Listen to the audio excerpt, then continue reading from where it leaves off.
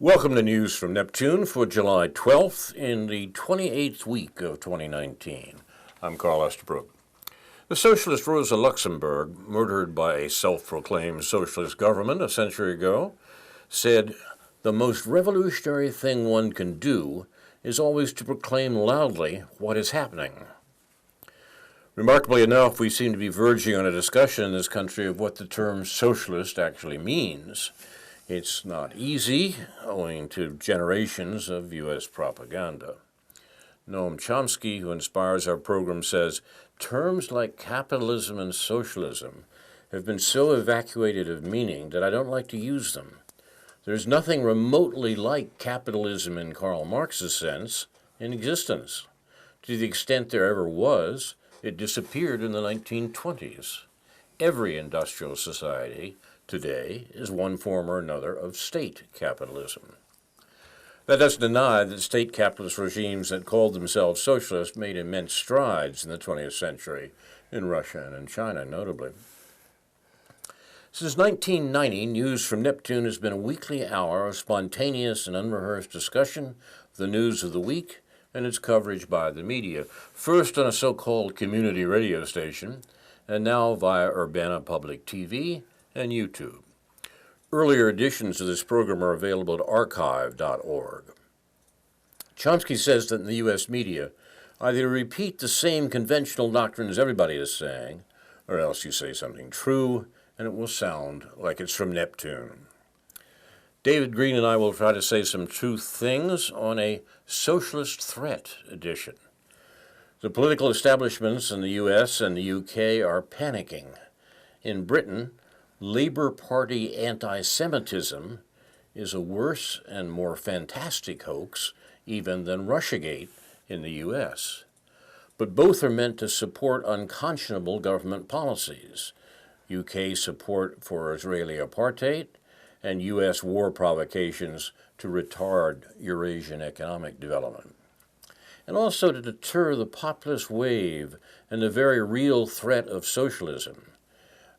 We have some notes about that today, including a visit from the ghost at the feast, our interlocutor, Louis Proyak. And what's on your agenda? Well, speaking of socialism, and I don't know whether this is one of the ways you wanted to go with this, there was a conference in Chicago last weekend. That's exactly what I intended to talk about. From July 4th through 7th, called Socialism 2019. It sounds to me like a rather desultory affair. Yep. I looked at the sessions, the titles for the sessions, and the authors that were speaking on the various panels during those 4 days. Naturally, I'm all for the idea of having David Harvey there, who was sort of a plenary speaker on the third or fourth day, I guess on the Saturday. Not such a big fan of having Amy Goodman there, but it says something about Socialism 2019 that it seemed very somewhat oriented towards academic issues, often identity politics issues that have to do with what's going on in other countries, but really nothing about what the U.S. is doing in relating to other countries. Exactly. Something that we like to call U.S. foreign policy. Really nothing on the socialism agenda about U.S. foreign policy from any of the ways that we might look at that, critique it. For instance, 2 panels on Israel and Palestine, maybe Palestine, but not really Israel. I mean, I like Ali Abu Nima of the Electronic Intifada, who spoke. I've heard him speak, I guess at this point, many times. Another academic fellow, Bill Mullen, has done some good work in his little corner of the world in terms of freedom of speech regarding Palestine and so on and so forth, but nothing that would really rouse my passion in really looking at why is it that this country, why is it that U.S. foreign policy continues to support what Israel is doing in occupying Palestine, and how are we going to find a way out out of that. There is a little what Adolf Reed calls the cargo cult way of politics. It's like we're expecting something to happen. We're expecting that the worse, if it gets worse and worse and worse and worse, and the more the people reject the idea of two states, the more people can support one state. But they don't they don't explain how it is that one state in Israel and Palestine, given this situation now where Israel dominates the Palestinians, both in Gaza, where it's basically made into a prison, and on the West Bank with the help of the Palestinian leadership and international donors, how that's going to all of a sudden, what process is going to happen here that's going to go from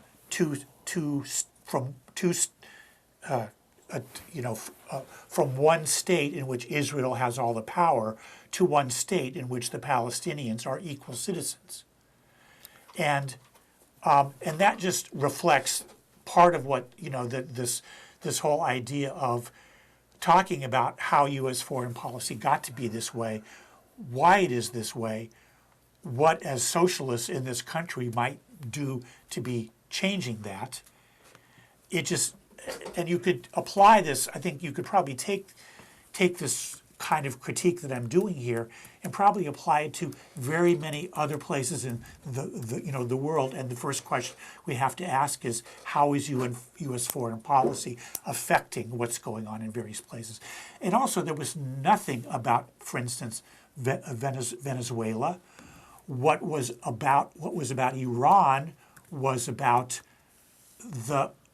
seemed to be about what unrest was there among the citizens there against the regime there, but not in terms of the U.S. meddling in that. And one comment I heard, it was actually on Lewis's blog, was that it seems like the speaker there was just basically saying we got to have regime change.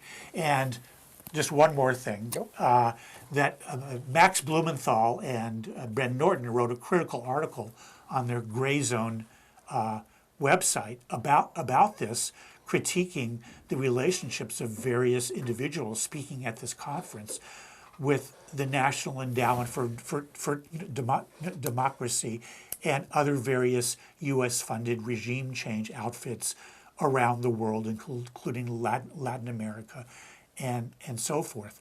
And so there's just a very strange confluence of factors here that make me very uncomfortable with how this socialist conference played out, which no longer represents the ISO, the International Socialist, which is defunct, but represents the DSA. The ISO kind of folded into the DSA, the Democratic Socialists, which is the going sort of Jacobin thing, which is trying to strategize how to work within the Democratic Party.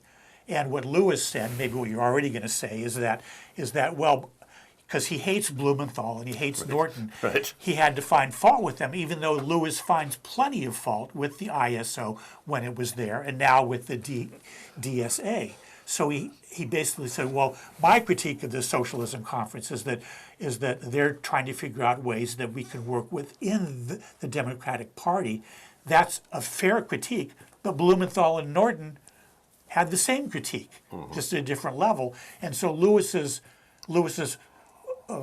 philosophy is apparently the enemy of my enemy is my worst enemy. It's also is my worst enemy. Right. Now you're quite right about Louis' critique, and it was Catholic, lowercase c, in its taste. It condemned everybody, and and pointed out that he'd been right all along in any case, and nobody else was. But you know what the end of that story always is. He's been right all along. Yes, exactly. Without being too mean to our literary friend Louis Proyak, the attention to the article from Ben Norton and Max Blumenthal that drove Louis nuts is very worthwhile, because it explains something about what this conference was, and even more what's going on the American left. When we talk about American politics, we use the word left in a promiscuous sense. Everyone from Ross Perot, the late Ross Perot, to Noam Chomsky can be described as left, even though both of them were critics, say, of the traditional left, Marxism-Leninism, if from different directions. Chomsky, a critic of ML, Marxism-Leninism from the left, and Ross Perot and the populists that he represented, critics of communism, the bête noire, from the right. But in any case, there is good reason to dig into the discussion of these matters in American politics and to be aware of the easy, not to say purposely misleading characterization of left politics in America. Ben Norton and Max Blumenthal, whom David just mentioned, wrote a good account of this Socialism 2019 conference that David was quoting from. And I think, in fact, attention to what they said and to what the conference was, perhaps far different from what it appeared to be, is very worthwhile to give an account of what the American left is and where it is right now. The 2019 Socialism Conference, Norton and Blumenthal write, sponsored by the American leftist juggernauts.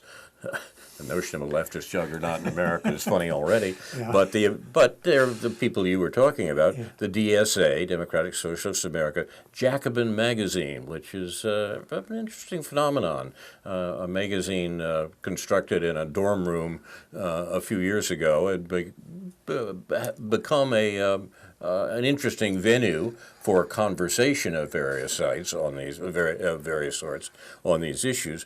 But the conference sponsored by the DSA, by Jacobin magazine, by the ISO's Haymarket Books. The International Socialist Organization doesn't exist anymore. They self-destructed earlier this year, but their publishing arm, Haymarket Books, still does exist and has published over the years a lot of important left literature. The conference featured regime change activists from multiple U.S. government-funded NGOs. What is most remarkable at this conference is how much it was a stealth apology for and advertisement for American regime change, American-sponsored regime change throughout the world, but particularly in this hemisphere. I mean, the conference was co-opted by the American government for American foreign policy.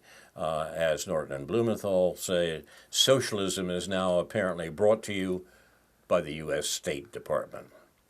From July 4th to 7th, thousands of left-wing activists from across the United States gathered in Chicago for the 2019 Socialism Conference.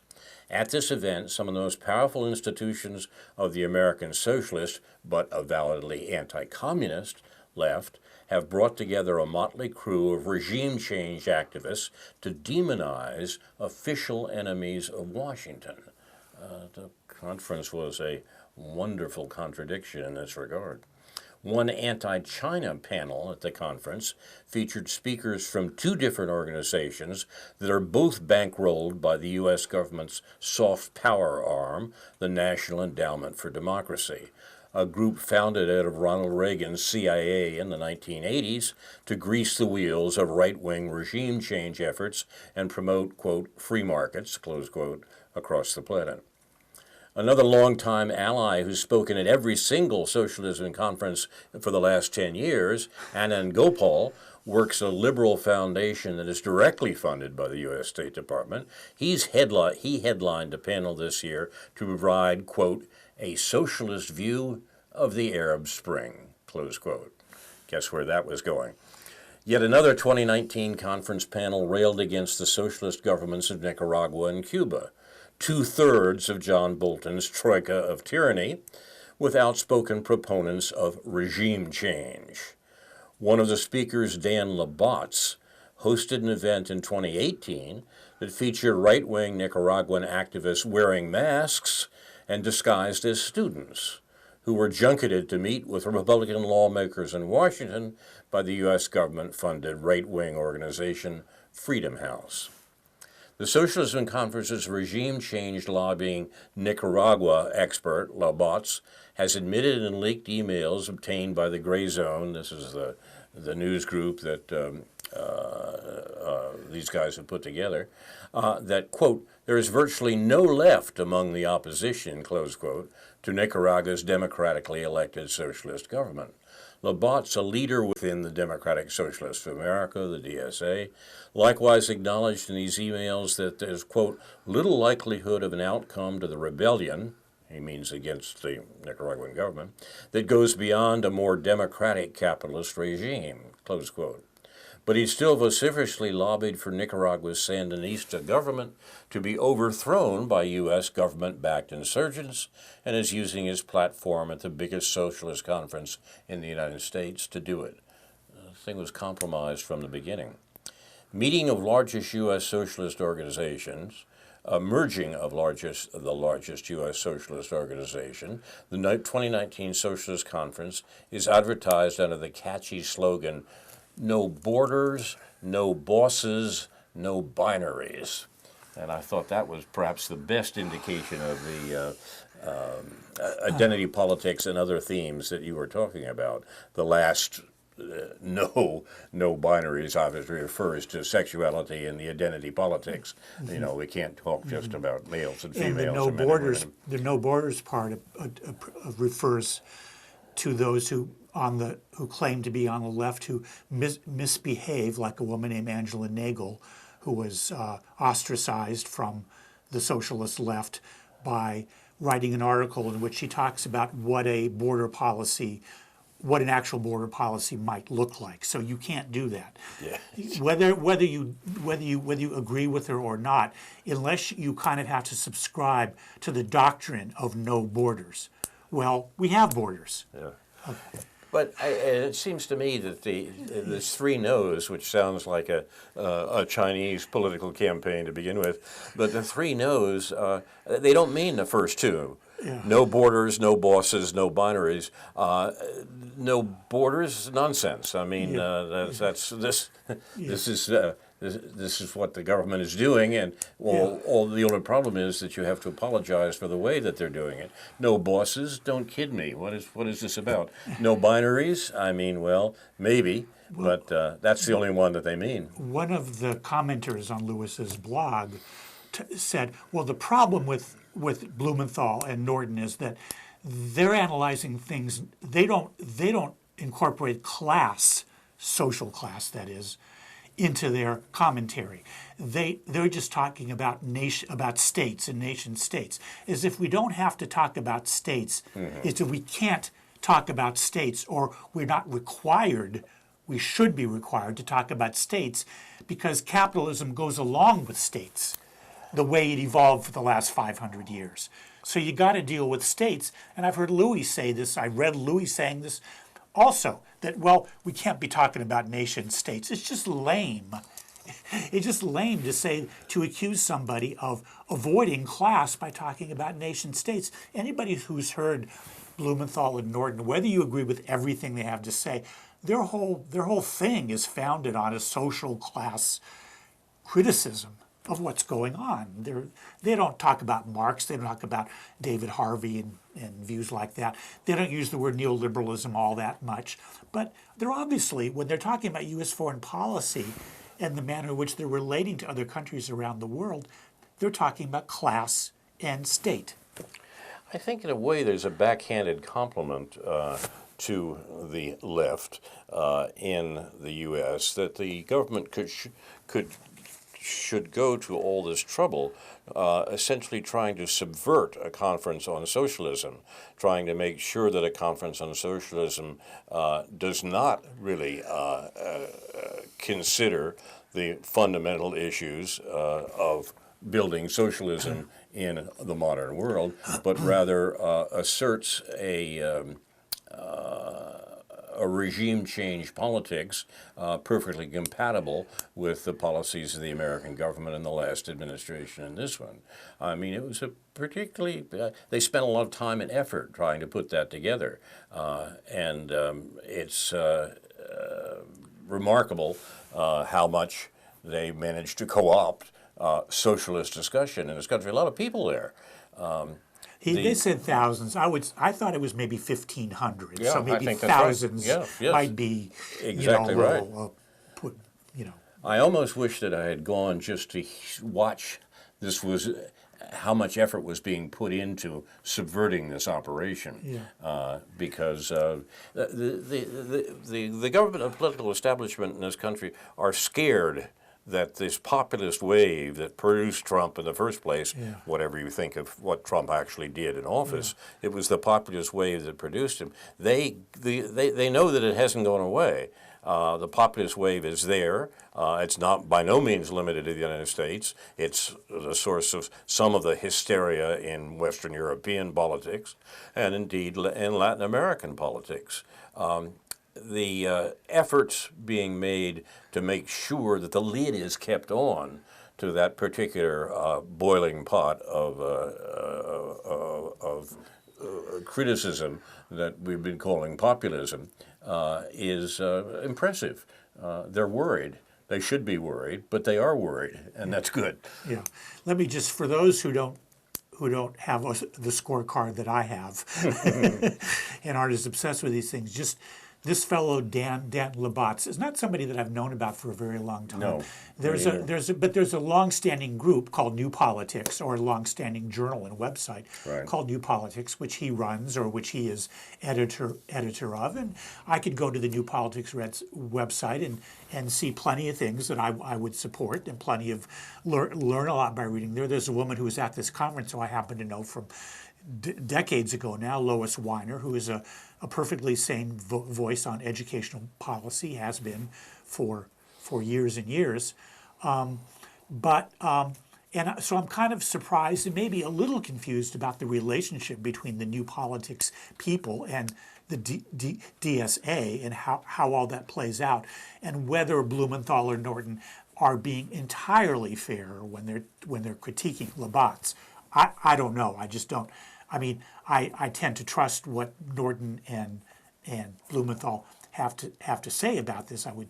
But I would have a few questions. The only other thing I would say is that when Blumenthal and Norton talk about China and the way China was dealt with, well, why, clearly the United States government isn't going to overthrow the government of China. So what is it that they're saying? I mean, clearly we have a policy that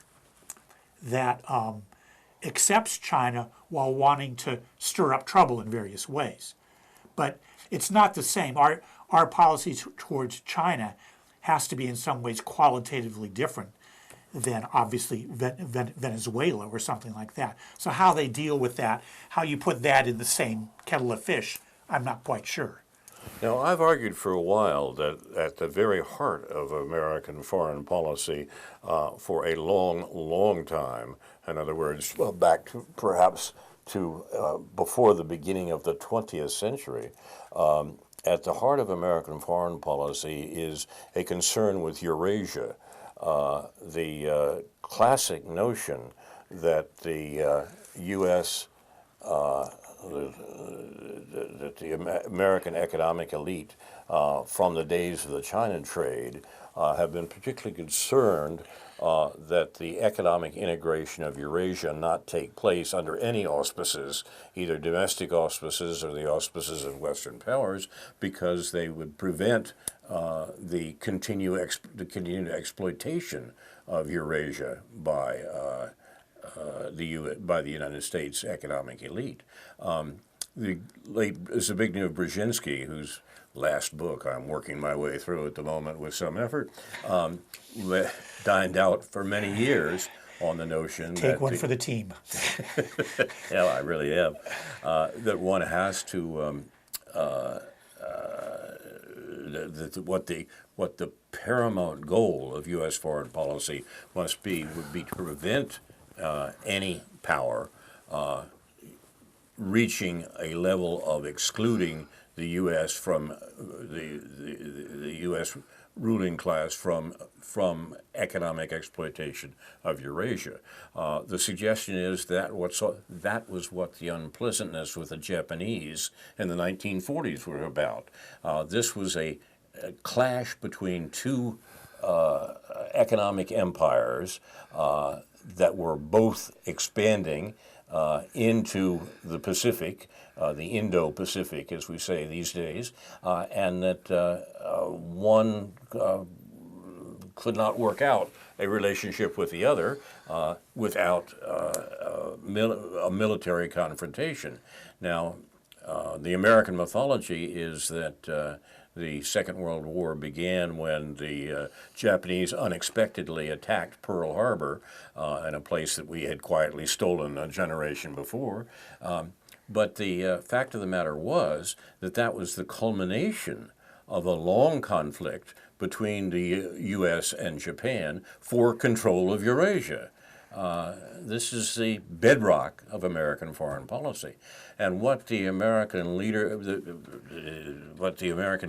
is confronted with today is the rival of two of what Brzezinski would call peer competitors. That is, people who are nations that are essentially equivalent with the United States in their competition for control of Eurasia. And the American attempt to retard the economic integration of Eurasia is the fundamental principle of American foreign policy. Makes a lot of sense to me. I think that's a good way to look at the last century or so of American history. But what it means today is that the U.S. is particularly concerned about Russia and China, and particularly concerned about using extreme methods, war and war provocations, in order to make the expansion, the economic expansion of the economic integration of Eurasia and the economic expansion of China and Russia more and more difficult. That's why the U.S. is at such pains to try to destroy the great plan, the Belt and Road system that the Chinese have launched, and their way of doing it is not to propose other economic development in competition with that China is proposing. Their way to do it is to keep up the military pressure from the South China Sea to Eastern Europe in order to prevent that sort of economic consolidation of Eurasia. This is the situation we find ourselves in today, and some far-sighted and well-informed economic or political commentators like John Pilger, who made a movie a few years ago called The Coming War with China, have been talking about this arrangement for a long time. That's the background, that's the bedrock. And the U.S. government is scared, and they're willing to do a lot of crazy things, including killing a lot of people, in order to prevent it. But the modestly informed person, I don't say that in a condescending way, I say that in a respectful way to people who may not have as much time to read about all these things as I do. The modestly informed person is asking, well, when I go to the store, doesn't everything say made in China? Mm-hmm. Haven't American corporations moved a lot of their manufacturing capabilities to China? Or didn't they do that over a period of a few years from, I don't know, the starting around 2000 and moving forward from there, or maybe a little before that? I mean, why is it that we have such a contradictory relationship? I naively ask, I admit. Why is it we have such a contradictory relationship where we're doing business with the countries that are supposedly threatening our global dominance? And of course, that's the balancing act that's going on in the corporate world. You've got to make profits on the one hand, but you've got to keep the U.S. and the dollar dominant on the other hand, and then there's all the militarism that goes into doing that and all the profits that result from that as well. An illustration of what's going on here is given by the last half century of U.S. involvement with Vietnam. The Vietnamese War fits into this pattern in that the U.S. attacked Vietnam in the Kennedy administration precisely because Vietnam was threatening to remove its economic cooperation with a Southeast Asia organized economically by the United States. Vietnam was threatening to remove itself from that and establish an economy that was not under the control of the United States, of the American economic elite. And we were willing to kill a lot of people in order to try to prevent that from happening. It was presented to Americans in the world by the U.S. government by saying we're stopping communism. But what, after all, was the threat of communism? The threat of communism, and by this we mean the Vietnamese Communist Party, the threat of communism was the organization of an economy in a rich section of the world in Southeast Asia that was not under the control of America and that was threatening to remove its cooperation from that American economic control that had been established by the end of the Second World War. What actually happened? People say that, well, the U.S. was defeated in Vietnam. That's not quite right.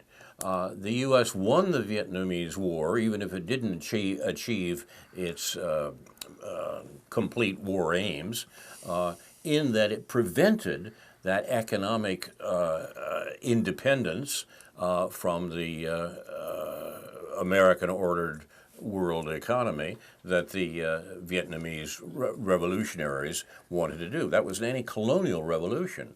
They rejected the colonization of Vietnam by the West, France first, then of course the United States at the end of the Second World War, and they lost that. In other words, the economy of Southeast Asia is incorporated into an American-run worldwide economy right now, in which American corporations are very much involved, as America intended, as the American economic elite intended to be the case. Vietnam, which supposedly won that war, in some people's estimation, now begs for Nike plants, for somebody to come in to make footwear and employ the Vietnamese populace. The economy of Vietnam is beholden both to the U.S. and China, and the war is being fought out again between the two superpowers in terms of the economy of Vietnam. Which one will it be incorporated into, China or the U.S.?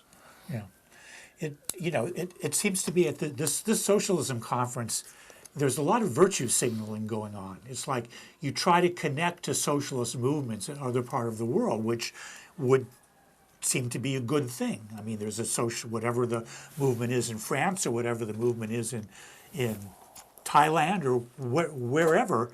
But wherever you go and try to do that, you have to deal with the issue of what is the relationship of the U.S. and U.S. capitalism and global capitalism and the International Monetary Fund and the European Union and everything else.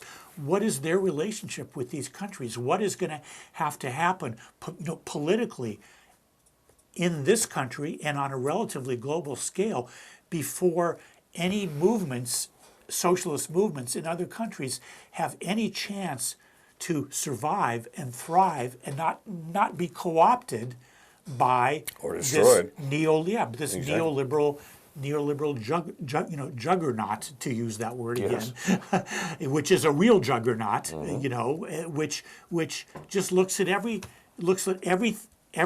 as an opportunity to co-opt what is going on that might be seen as a positive. And in those instances in which there is really something going on, and you have just obvious examples where the political establishment is so afraid that they will go bonkers calling Jeremy Corbyn an anti-Semite. Yes. You know, was there anything? There was nothing at this conference about Britain, was there? Was there anything? I didn't read of anything. I didn't notice anything about what's going on in in spite Britain of the fact they're in the with grip labor, of this yeah, anti-Semitism yeah. parallel to Russiagate. Yeah, it just. I mean, I don't get it.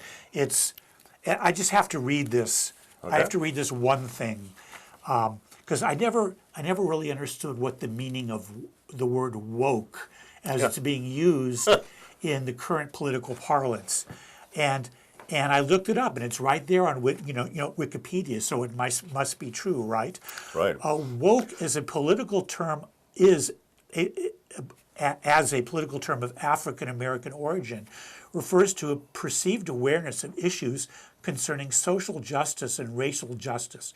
It is derived from the African American vernacular English expression "stay woke," quote unquote, whose grammatical aspect refers to a continuing awareness of these issues. Its widespread use since 2014 is a result of the Black Lives Matter movement, and I had not really realized that was that. And we see this we see this socialism conference, which very much has to do about being woke. People are woke about Palestine, and that hasn't been good for the Palestinians. That hasn't been good for understanding what can be done to actually help the Palestinians in this country. So wokeness is not a good thing in this context. I didn't quite understand what the origin is, but given the kind of critiques I've been putting forth here for the last few weeks about race and class, about Adolph Reed, he probably understands these things perfectly well. He never defined the word woke in this context from what I've read from him or heard from him. But the Black Lives Matter movement is a woke movement, and part of this woke movement is this idea of racial capitalism. And this idea, I would put forth the idea that this notion of racial capitalism is taking us far afield from the kind of discussions we need to be having about race and class. And it's only symptomatic that this conference went on in Chicago, where some of the people who could very well talk about these issues, Cedric Johnson at UIC and so forth, and they could bring Adolph Reed back, but he's not part of that club. Okay, the people who challenge the notion of racial capitalism, even if they're black, are not part of that club. So you just go into this conference with this underlying assumption that what we're talking about, what we believe in here, is racial capitalism, just like what we believe in here is no binaries and no borders. Just all these implicit assumptions about what we believe as socialists, and pretty disturbing. You're watching News from Neptune. We're discussing a conference that took place in Chicago this last week under the general title of the Socialist Threat. That's our title, not the conference's title. And I would say Glad you clarified that. Socialist threat here is both what a good Latinist would call a subjective and an objective genitive. That is, we're talking about the threat to socialism and the threat of socialism. The American government and the political establishment understand socialism as a threat, the threat of socialism. And what we're describing today is the threat to socialism, or at least socialist thought, occurring in the undermining of the discussion of socialism that's going on in the U.S. today, not by accident. That is, the Rust never sleeps. The American political establishment knows about the socialist threat in the first sense, and it is mounting its own threats to that socialist discussion. The person most responsible, of course, recently in the United States for reintroducing the word socialism, whatever he ends up meaning by it, is, of course, Bernie Sanders. And the Sanders campaign today is the place in which the contemporary notion of socialism came to birth. Glenn Ford of the Black Agenda Report criticizes the current state of Sanders' understanding of socialism at all. Bernie Sanders must very quickly get serious about building a grassroots movement-type politics on the ground that disrupts the corporate-managed pace, coverage, and content of the primary season, says Glenn Ford. And it seems to me that's quite right. The wishy-washiness of the Sanders campaign of socialism as it is being presented to us and undercut in the Democratic Party is extremely important. Corporate Democrats have had great success in smothering Bernie Sanders' challenge to the capitalist austerity regime that has eroded U.S. working class incomes and economic security for 2 generations. The neoliberalism is the shorthand description of that program. Just 2 years ago, in the wake of his astounding bid to deny Hillary Clinton the Democratic presidential nomination, the Vermont senator was the most popular politician in the country. Although some Democrats blamed Sanders for Donald Trump's even more surprising 2016 election, by the next year, the septuagenarian Medicare for All champion, that's Sanders, favorability ratings exceeded all others, including among black voters. Most astonishingly, Sanders had almost single-handedly removed the stigma from the word socialism, an amazing feat for a New Deal Democratic reformer who has never advocated anything remotely resembling the overthrow of the rule of capital and who remains an imperialist pig in foreign affairs. And that's harsh but not wrong, it seems to me. As the 2020 campaign season approached, a great sense of foreboding was evident within the U.S. ruling class. Sanders was now associated with a whole menu of issues: Medicare for all, free public college, a $15 an hour minimum wage, and more, that had become popular with majorities of all voters and supermajorities, 80 or even 90% of Democrats. With the Clinton machine in tatters and Sanders supporters presumably eager for another shot at seizing the commanding heights of the Democratic Party, 2020 was looking like a very problematic year for capitalist duopoly politics, what we deal with, the Republican and Democrat, two wings of the same capitalist bird, as I think Gore Vidal put it. Bird of prey, yeah. Yeah, exactly. The system was already under the deliberately induced stress of Russiagate, as corporate Democrats and their allies in media and the national security state daily delegitimized the Trump regime. Corporate Democrats were confident, just as they were in 2016, that they could win the White House by making Trump himself effectively the sole issue of the campaign. The resistance, that we got from the Democrats. Don't worry about the problems, worry about the little man behind the curtain, so to speak. Worry about Trump.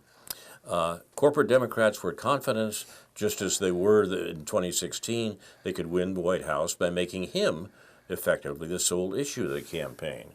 But first they had to neutralize Bernie and his austerity-busting supermajority issues to clear the way for an economic issues-less anti-Trump crusade. The economic questions that made Trump president, get them off the table. It's not what we're talking about. We're just talking about what a horrible man Trump is and how we've got to get a Democrat in there in his place. They simply threw all the mud into the game, simultaneously mobbing and co-opting Sanders with the biggest, most multicolored crowd of Democratic politicians ever assembled for a presidential race, even larger than the horde that Republican moneybags financed in hopes of derailing Donald Trump 4 years earlier. Dollar-drenched corporate hacks like Senators Cory Booker and Kamala Harris claim to endorse Sanders' signature Medicare for All legislation, and Senator Elizabeth Warren, once considered anathema by corporatists, the bride of Bernie Stein, as they were called her, was suddenly a darling of party leaders and media. Sanders had gotten lost in the slosh as intended. The corporate strategy was to ensure that the supermajorities of Democrats that support Sanders' issues were split among the progressive pretenders, while Joe Biden soaked up the nervous Nelly voters that are desperate to beat Trump with anyone, electable. The corporatist nightmare scenario that Sanders would rev up his highly energized and youthful 2016 machine, funded by tens of millions in small contributions, and smash his way to a first ballot victory at the convention, seems far less likely. The corporate media, now supremely acclimated to close-order political drill by Russiagate, that was the purpose of it, have acted in near unison to alternately ignore or malign Sanders, often pretending he's just not there, as they fawn over his mimics who be counted on to retreat from corporate-opposed issues once the Bernie bear has been contained. I think this is probably right, although it seems to me you could argue that other things are going on here. But the notion of the perceived threat of the Sanders campaign had less to do with the presidential race than the introduction of this sort of socialist thought into American politics in such a way that whoever becomes president and whoever all those elected to Congress have got to take it seriously.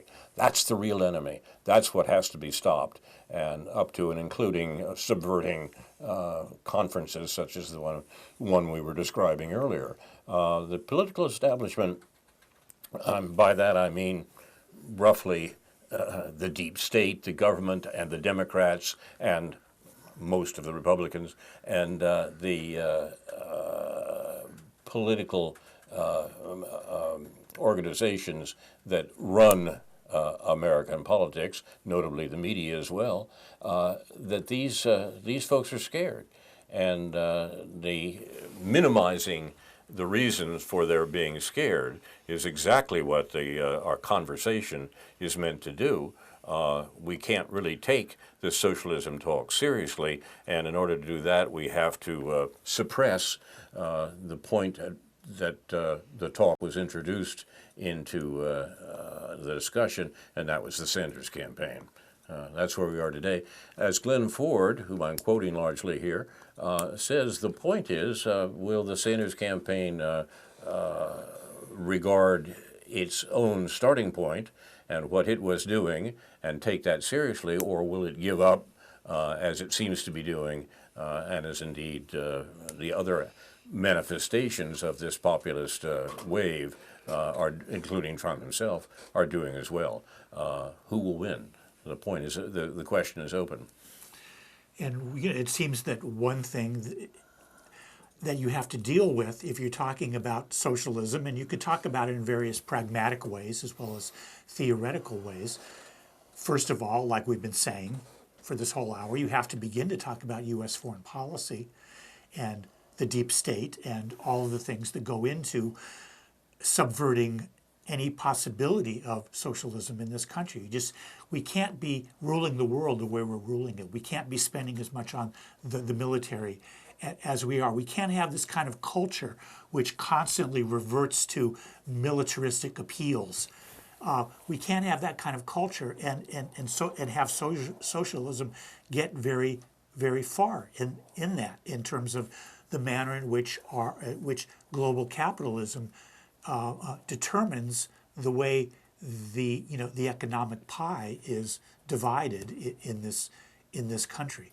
But beyond that, there's a lot of policy issues. There's the primary important policy issues, which I know there were work groups at this socialism conference about healthcare and housing and so forth, but it was definitely backgrounded rather than foregrounded that we talk about these things in a practical way. How do we approach public housing? How do we approach Medicare for all? How do we approach these issues? These, in a strange way, just aren't seen as very sexy issues. You've got more sexy issues when it comes to identity politics issues, and that's the way it sort of seems to be going. Some people have thrown cold water. These alderpersons in Chicago, these socialist 4 or 5 alderpersons elected in the last city election in Chicago, identify themselves as socialists. They were there at this conference, well and good. Some people are I think Blumenthal and Norton see these people as kind of sellouts and con artists. Maybe that's too harsh a word for the way they see them. Some certainly. Yeah, but still, I mean, there's something to work with there, to talk about organizing at the local level, and maybe that wouldn't be of that much interest to people coming from around the country to a conference like this. But it seems to me that just there's so much obvious misdirection in terms of dealing forthrightly with the major socialist issues that face us: healthcare, housing, free higher education, and so forth. That it's like, well, these conference organizers think, well, that's just kind of boring, and people don't want to come. They want to come hear Amy Goodman do her Amy Goodman shtick. Glenn Ford continues on exactly this point when he writes, "The lords of capital," and by that he means the American ruling class and its agents in the government and the media. "The lords of capital oppose single-payer health care, not so much in solidarity with their capitalist brethren in the insurance and pharmaceutical industries. Capitalists have no problem devouring or sacrificing each other, but because single payer erases the connection between employment and health care, eliminating medical precarity and reducing the boss's power. Thus, capitalists oppose single payer, even though it would dramatically reduce the cost of labor for most businesses. It also reduced the cost of health care, as we know. That's why corporate Democrats resist Sanders' menu of reforms, despite the fact that 80 to 90% of Democratic voters support them. The ruling class agenda for the future is quite simple: endless war and austerity. Since they have no other vision and have done fabulously well for themselves over the past 40 years of austerity and war, that's what we mean by neoliberalism, they tolerate no deviation from the corporate order and will lash out lethally against those that threaten their war-making and austerity-imposing prerogatives. It's unthinkable that the rulers would allow one of their governing parties to fall into the hands of austerity busters. Rather, the lords of capital would be compelled to destroy such a party and govern from another platform, rather than surrender the institution to folks that actually want to give the people what they want. That was the real threat, by the way, of the Trump administration. The fact that Trump's been trained and been tamed to the uses of neoliberalism shouldn't blind us to the fact that he presented a real threat to the American ruling class, and that was why they were so hysterical in trying to stop him. He's been tamed to that, but the threat remains. The people need to see the contradiction played out in the Democratic Party, the duopoly party whose constituencies are actually eager to make substantive demands on the state. Republican rank-and-file whites desire only that their government affirm white supremacy.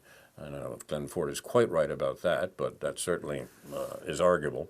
It would have been a great political lesson if Sanders' momentum was such that corporate Democrats have to steal the nomination from him in broad daylight, hopefully prompting a mass exit from the party and creation of a new social democratic formation or a much larger Green Party. Or if somehow Sanders won the nomination, we could all watch the corporate players pick up their marbles to form a new centrist party, leaving leftish Democrats encamped in the hollow shell. As things stand at this early stage in the process, Sanders may simply wind up an also-ran, allowing the corporate spinners to write the obituary of his far-left escapades. Or maybe Bernie will catch fire again and propel us to the next contradiction, says Glenn Ford. A consummation of that way to be wished. Well, one way of looking at it is that Trump threatened neoliberalism. Exactly. The other way of looking at it, which I would prefer, is that he threatened the persona of neoliberalism that the ruling class of this country likes to put forward. All of the the idea that we're just competing in the world and that we're bringing freedom to the world. That Trump just doesn't put a good face onto all of that, and in that context, I would wonder the whole Jeffrey Epstein affair. No pun intended. One again has to as much as you know, I would like to go off on a tangent about Jeffrey Epstein's relationship with Alan Dershowitz, and have fun with that. There just seems to be this idea that we've got to get rid of Trump somehow. Right. And this, I mean, I'm not saying, Jeffrey Epstein, how would he even stay in this country? Why would he not go somewhere? Why would he not think the hammer was going to come down on him? Okay, that's another issue. But He was well connected. yeah, he was well connected, but the ruling class will eat its own when it has to. Mm-hmm. And we should make them do so. You've been watching News from Neptune for the 28th week of 2019, a Socialist Threat edition. News from Neptune is presented by Carl Estabrook, David Green, and J.B. Nicholson. It's produced and directed by Jason Liggett and Ethan Young. See the research notes from J.B. Nicholson and the texts of the articles we've been quoting from this evening on the Facebook page for News from Neptune. Inshallah, we will be back next week with a new edition of News from Neptune. To remind you, in the words of Edward de Vere in The Tempest, what's past is prologue, what to come in yours and my discharge. In the meantime, confusion to our enemies, and a good night to you. No war in Iran. Join us on Saturday, July 13th at 5 p.m. to tell the U.S. imperialists that we will not stand for war and aggression against Iran. Meet us in the southwest corner of West Side Park for a short 15 to 20-minute rally before marching to downtown Champaign. This is an announcement from the Party for Socialism and Liberation. The Party for Socialism and Liberation is a revolutionary Marxist working-class party of leaders and activists in the United States from many different struggles founded to promote the movement for revolutionary change. That's how they describe themselves. Whether you believe that or not, demonstrating against an American war in Iran, a country we have been torturing for 2 generations, is a very good idea indeed. I recommend it highly and hope to see you at West Side Park Saturday, July 13th at 5 p.m.